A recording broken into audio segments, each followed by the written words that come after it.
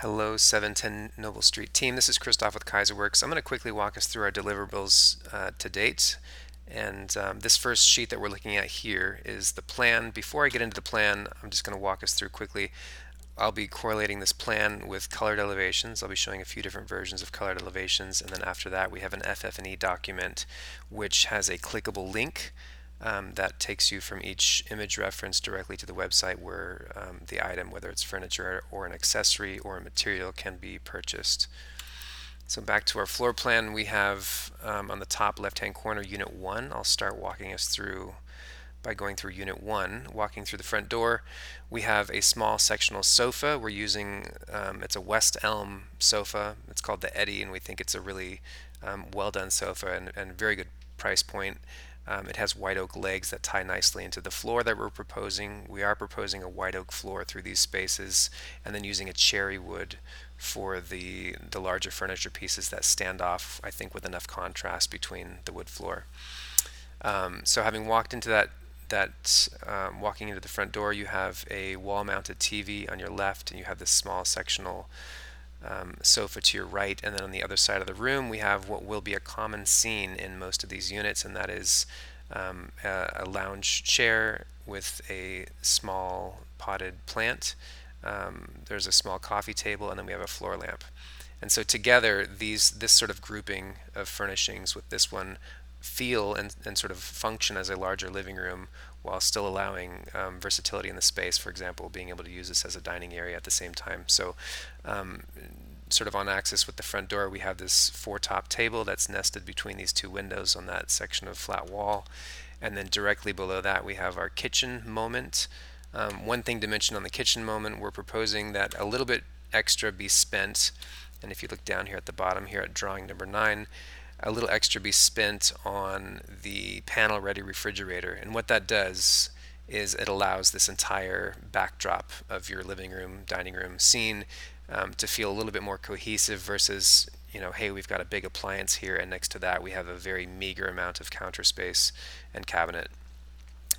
So we feel this does a lot to really make this feel integrated versus just a collection of appliances next to a very small amount of cabinets. One thing to mention in the bathrooms, we've gone ahead and spec'd bathroom shower pieces that actually work with the space. Previously, I think these were just called out as 3x3 squares or even smaller, and access into them was not terribly practical. So I think we found some good products that actually work with the tight spaces that we're working with. Moving upwards into the space, we have a queen size bed that's flanked on two sides by a nightstand. And again, this is our armoire that we're using for storage that has a plant and a raised planter sitting right next to it. We have a writing desk that sits at the window looking out to the south and to the east, or sorry, to the south and to the west. I'm going to move across the hall now to our unit number 2. Unit number 2, again, we have a panel ready refrigerator and a full height cabinet that sort of brackets this niche. Again, we're trying to get as much of the backdrop of this dining scene to be cabinet faces versus appliances. So again, we have a panel ready refrigerator here. Generous living room in the center of the space with a similar grouping that I just described in the unit number 1 living room scene with our TV on the entry wall of the unit.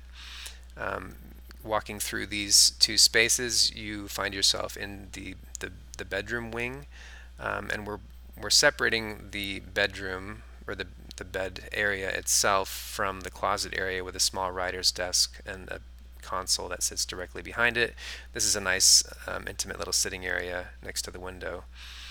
And moving then to unit number 3, we have coming through the front door. This is very similar to unit number 1. We have this small sectional, you're looking across to the TV on the other side, and then the sitting area that's tucked into the corner. These two are mirrors of themselves.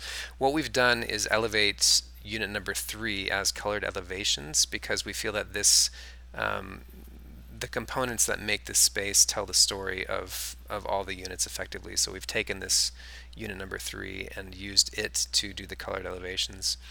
Unit number 4, directly across the hall, walking through the front door. This kitchen now wraps, it's now an L-shaped form. So you walk in to that front door, looking at a console. This is your television scene. We initially had our sofa centered in the space and oriented towards a television that's posted on this wall, but you really end up with a very labyrinthian circulation path where everything is about 3 feet wide, and it just was not very practical. Moving upward in the space, we have a dining table that's nested against the wall versus something that's free floating, which really does cause some circulation issues. This, you can feel a bit like you're tucked into a niche that is for that purpose, for dining. To the left, we have our bathroom. And again, we're using this 45-degree entry point for the bathroom because it really is kind of the only thing that works practically speaking for a bathroom of that size. And then walking towards the east here, we have our writer's desk, we have our armoire, we have a console, and then a bed tucked into the corner there. In this first run of colored elevations, we are presenting, there's two variations primarily between the colored elevations that I'll be presenting, and it has to do with the artwork. One is it's a little bit more of a punch in the face, modern direction that we are proposing. This is our lean. And we feel that it's important to keep the interior palette fairly neutral, fairly classical, with using plants and artwork to tip the scale in a direction of Southwest and also just a little bit more modern. So this artwork is by a local Phoenix artist that is actually very close to where we live, as is the second artwork that we're showing is by an artist, Danielle Hachet, who has artwork throughout my Airbnb spaces, and it's a nice mix of, it's like a modern sort of Pendleton style artwork that has a very distinct Southwest direction to it. And then just quickly to acquaint you with this document, this is a lengthy document I won't go into too much detail with, but because I think it's fairly self-explanatory, these numbers key to the plan, and then each of these links are clickable and will take you directly to the product page. So I realize that was a very quick overview, but I felt like this was necessary as a precursor to our conversation. We look forward to talking to you soon. Thank you.